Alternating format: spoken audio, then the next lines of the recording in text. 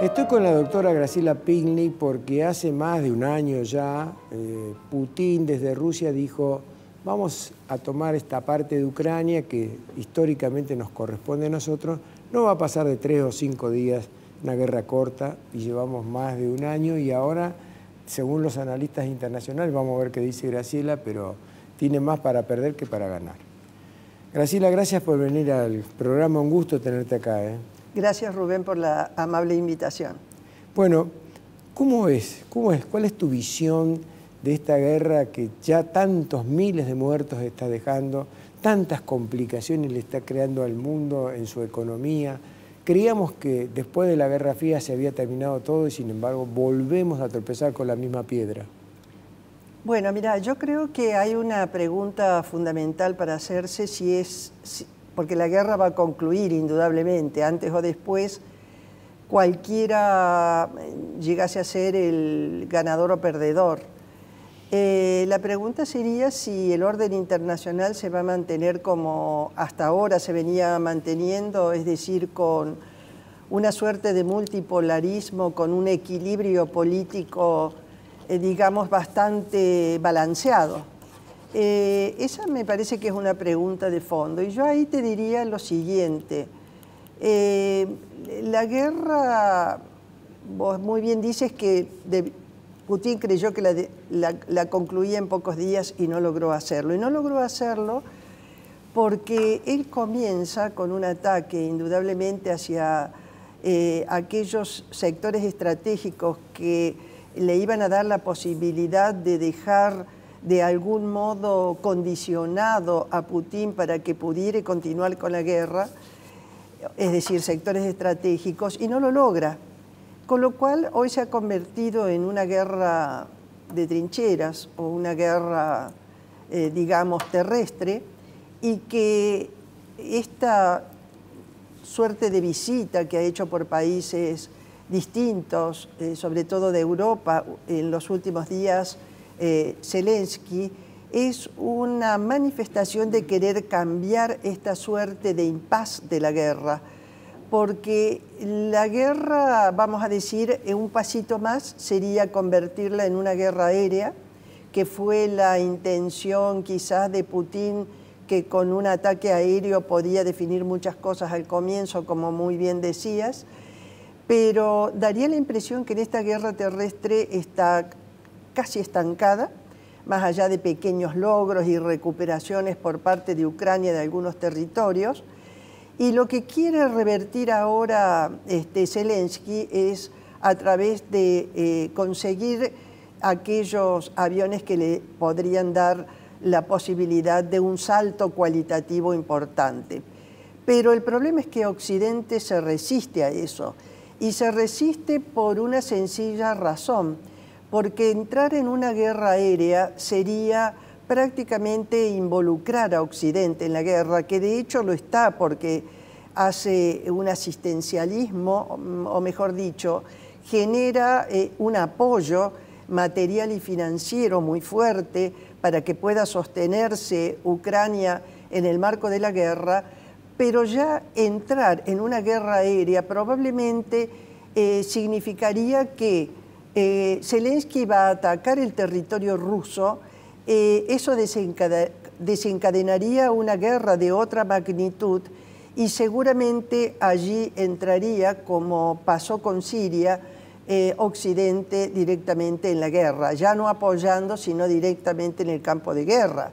De modo tal que hay que pensar que la guerra va a terminar, no sabemos sus resultados, y qué juego, o mejor dicho, qué rol juega China en todo esto para una definición de la guerra, porque no solamente está el poder conseguir Zelensky los aviones, los cazas, sobre todo los F-16, que son los que parecen ser ideales para un territorio como el ucraniano, en donde pueden alcanzar, digamos, un rango de 4.000 kilómetros, con lo cual podrían estar ya en territorio ruso, sino por el tipo de terreno, que vuelan bajo, etcétera, etcétera, y ayudarle a definir a Ucrania la guerra. Pero no está consiguiendo eso Zelensky. Entonces, la pregunta sería, ¿qué va a pasar también con China? porque así como Occidente apoya a Ucrania, China, que tiene una política de doble rasero, que no le interesa involucrarse tan abiertamente en la guerra de Rusia-Ucrania, no le conviene que pierda del todo Rusia porque significaría que el oponente con el cual debería confrontar hacia el futuro es directamente los Estados Unidos y Occidente, de modo tal que daría la impresión que por ahora la guerra se va a mantener con estas características y, salvo que entrara en otra dimensión, ya podríamos empezar a pensar que cualquiera de los dos que ganase esta guerra, si se modificaría o no el orden multipolar actual, que lógicamente está dividido en la distribución de poder de Occidente, de China e indudablemente de Rusia. Ahora bien, yo creo que hay otro componente que va a definir la guerra, y ese componente es el componente de la información que se logra a través de los satélites, porque Zelensky le hubiera sido imposible sostenerse hasta este momento con la dignidad, vamos a llamarle así, con que lo ha podido hacer, si no fuese por la apoyatura que tiene de Occidente de la información desde los satélites. Y en eso hay una competencia en este momento sumamente importante entre lo que está haciendo Rusia en esta guerra de la información y lo que está haciendo Occidente, de modo tal que hasta en eso Ucrania se ve favorecida respecto de la apoyatura de Occidente y que podría hacer pensar que no va a salir definitivamente perdedor en el resultado final de la guerra. Si sale perdedor Rusia, la pregunta es si nos queda un mundo bipolar. Yo diría que, a ver, no es tan fácil que quede un mundo bipolar al estilo de la Guerra Fría, pero sí es probable de que quede un mundo, digamos, con las pesas en distintos puntos de una balanza que ya no sería una balanza de dos, sino una balanza de más de dos, donde quedarían posicionadas.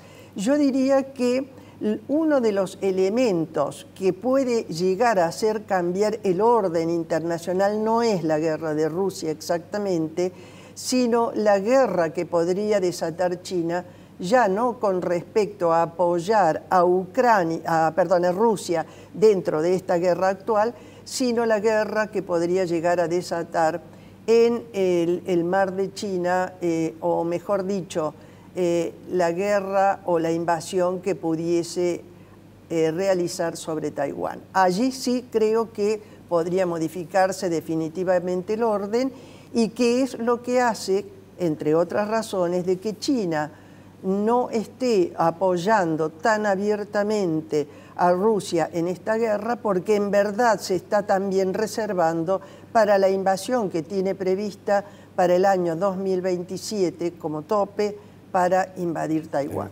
Ahí me están haciendo seña que nos quedan 2 minutos, y te quería preguntar si sería posible pensar que Putin ha cometido el mismo error que cometió la Junta Militar Argentina cuando le declaró la guerra a la OTAN, en realidad, por Malvinas, y ahora digamos que a una OTAN encubierta, porque la asistencia que está recibiendo Ucrania es extraordinaria, y que la OTAN no está dispuesta a perder una guerra porque sí nomás, con un personaje como Putin, que no significa nada. Y además, te pregunto, ¿podría ser que las huestes internas de Putin se estén cansando de este tipo y que en cualquier momento lo bajen de un ondazo? Bueno, empiezo por la segunda. A ver, él tiene candidatos opositores. Uno de los candidatos opositores lo quiso envenenar, según la información internacional. Ese candidato internacional está encarcelado, razón por la cual uno de sus oponentes internos, que podría arrastrar, digamos, parte de lo que es el apoyo de la población que él pudiera tener, está clausurado, por decirlo de algún modo.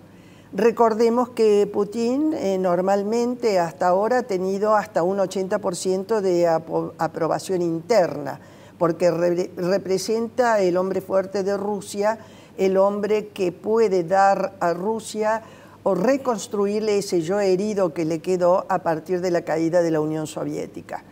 El otro que se visualizaba es Prigozhin, que en verdad se dice Prigozhin es el jefe del grupo Wagner, que son los mercenarios que están apoyando tan fuertemente junto con grupos palestinos y junto con otros mercenarios de otras partes del mundo, que son los que están apoyando muy fuertemente en campo de guerra a Putin. Y se dice que Prigozhin era uno de los que se estaba posicionando como imagen muy fuertemente dentro de Rusia, porque era el que le estaba dando posibilidades de lograr algunos éxitos en el campo de batalla, razón por la cual empezó a ser visualizado como un posible contrincante desde un punto de vista político dentro de Rusia. Pero ya se ocupó Putin de neutralizarlo en razón de que, por ejemplo, necesita municiones y no le facilitan municiones. Y se dice también que Prigozhin estaría dispuesto a traicionar a Rusia informando a Ucrania de posiciones estratégicas y decisiones. Te digo por los tiempos. ¿Y la primera? La primera, probablemente, a ver, yo digo lo siguiente, quizás tengas razón, porque quizás no se imaginó la magnitud de la respuesta, pero él venía preparándose, había tenido algunos éxitos, lo tuvo en Siria, Rusia lo tuvo en Siria. En Crimea también. Claro, ya se había anexado Crimea, tenía algunos posicionamientos fuertes en la región del Donetsk, razón por la cual se confió también en algunos éxitos de territorios de las ex repúblicas soviéticas, pero parece que se confió demasiado. Seguro. Gracias, Graciela. Por favor. Un gusto tenerte acá. A vos.